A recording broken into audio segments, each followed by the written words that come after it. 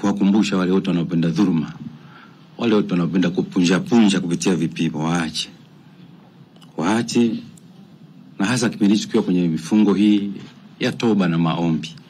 Naamini kwamba kama wataacha, basi tutaweza kwenda vema mwaka mzima mpaka tutakapofika tena kwenye mfungo mwingine wa toba na maombi.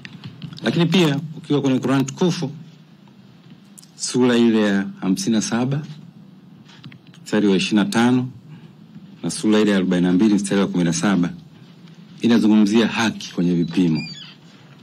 Kwa hiyo nimeona nichukue fursa hii kuwakumbusha watumiaji mbalimbali wa vipimo kuzingatia haki pale ambapo wanatumia vipimo. Niamini sasa kwenye Biblia takatifu. Ukienda kwenye Biblia takatifu eneo la Agano la Kale kuna vitabu 5. Kwa hiyo utaona kwenye Qur'an tukufu kuna 5, lakini kwenye Biblia takatifu pia viko 5. Kwa hiyo msingi mzima umeanzia huko kwenye maandiko matakatifu. Ukienda kwenye Biblia takatifu kitabu cha Mithali sura ile ya 11 mstari wa 1 inasema, mizani ya hadaa ni chukizo kwa Mwenyezi Mungu, bali vipimo vilivyo sawa sawa humpendeza Mwenyezi Mungu. Nitumie pia jukwaa hili na fursa hii niliyopata leo kuwakumbusha watumiaji wote wa vipimo watumie vipimo ili kumpendeza Mwenyezi Mungu. Wakaguzi tulionao leo kupitia sheria mbalimbali wao wanahimiza tu, lakini msingi mzima umetokea kwenye vitabu vyetu hivi vitakatifu kama nilivyosema hapo awali. Lakini pia ukienda kwenye kitabu cha Biblia takatifu, kitabu cha Kumbukumbu la Torati, kinasitiza unyoofu kwenye biashara. Ili biashara yako iwe nyoofu lazima utumie kipimo ambacho kimehakikiwa. Lazima utumie kipimo ambacho kinampendeza Mwenyezi Mungu. Kwa maana nianze kwenye maandiko hayo kabla ya kuingia kwenye misingi na majukumu yetu kama wakala wa vipimo ambao tunasimamia leo hii na tunasimamia katika miaka ya 4 ya rais wetu Daktari Samia Suluhu Hassan. Baada ya kusema kwa ufupi, naomba niwarejeze pia kwenye historia ya jukumu zima la ukaguzi na uhakiki wa vipimo hapa nchini. Jukumu zima la ukaguzi na uhakiki wa vipimo hapa nchini lilianza tangu wakati wa ukoloni wa Mjerumani mwaka 1884. Kulikuwa kuna idara ya vipimo ambayo ilikuwa chini ya Wizara ya Mambo ya Ndani. Ndio ilitekeleza jukumu la ukaguzi na uhakiki wa vipimo katika nchi hii. Kwa hiyo katika kipindi kile cha utawala wa Mjerumani, wakaguzi wa vipimo walikuwa ni sehemu ya idara ya mambo ya ndani. Ni kama siku hizi unavyoona wa polisi, kama siku hizi unavyoona jeshi la uhamiaji au jeshi letu la zimamoto au jeshi ile wanasema Field Force Unit, ndio ilikuwa idara ya vipimo iko pale.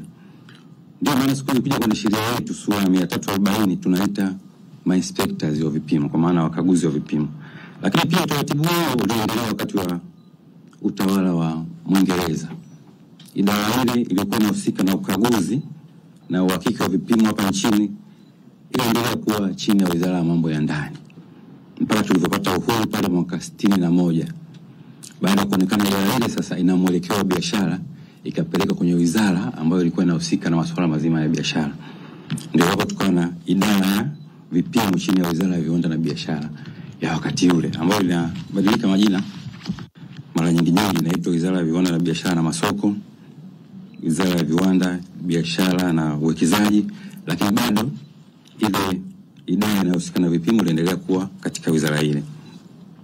Kwa mpaka ilipofika tarehe 17 mwezi wa 5 2022 ndio kazaliwa wakala wa vipimo kupitia tangazo la serikali namba 194, lakini pia na sheria ile ambayo ilianzisha wakala mbalimbali za serikali sura ya 245. Katika kutoa jukumu la kila siku, wakala wa vipimo unasimamia sheria ya vipimo sura ya 340. Majukumu yanayotekelezwa na wakala wa vipimo kwa sasa ni kama yafuatayo. Kupitia sheria hii sasa ya vipimo sura 340. Jukumu kubwa la kwanza tunalotekeleza kupitia sheria ya vipimo sura 340 ni kuhakiki vipimo vyote vinavyotumika katika sekta mbalimbali. Jukumu la kwanza ni kuhakiki vipimo vyote vinavyotumika katika sekta mbalimbali. Ninaposema vipimo hapa, naomba nivitaje vichache. Ni vipimo kama vile tunavyosema pampu za mafuta,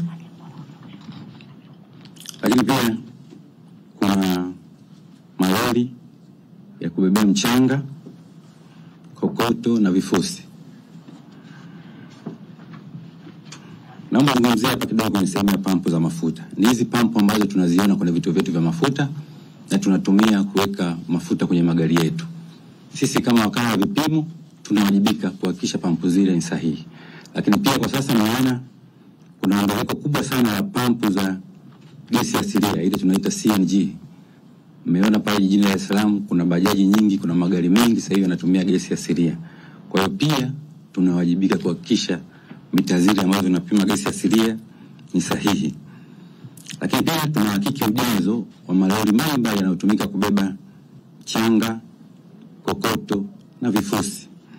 Na ningependa pia nitumie jukwaa hili kuwahimiza wananchi na nyinyi waandishi wa habari, tusinunue mchanga, tusinunue kokoto na vifusi kwa kusema tunaagiza trip moja.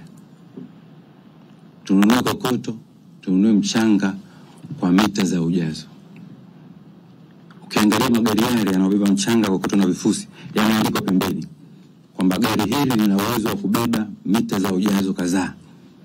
Kwa hiyo unapoagiza mchanga, agiza kwamba unahitaji mita za ujazo ngapi. Kama ni mita za ujazo 20, basi utaangalia pale pembeni, utaona gari linalokuletea lina uwezo wa kubeba mita za ujazo ngapi.